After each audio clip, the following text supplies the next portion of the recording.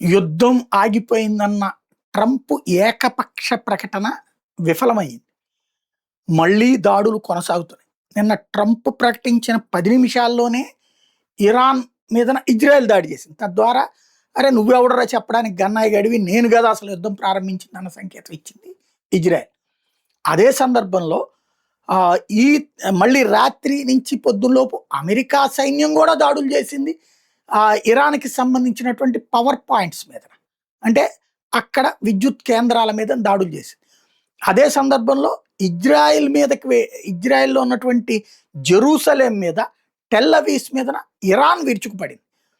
మరొక వైపున ఇరాన్‌లో ఉన్నటువంటి కీలకమైనటువంటి స్థావరాల మీద ఇజ్రాయెల్, అమెరికా విరుచుకుపడుతున్నాయి. గల్ఫ్ దేశాల్లో ఖతార్, సౌదీల మీదకి మిస్సైల్స్, డ్రోన్స్‌ని పంపించింది ఇరాన్. ఇంకా యుద్ధం ఎక్కడ ఆగినట్టు? అంటే ట్రంప్ తను ఆపడానికి ప్రయత్నించినట్టు, అవతల వాళ్ళు విఫలమైనట్టు ప్రొజెక్ట్ చేసే ప్రయత్నం చేస్తున్నాడనమాట.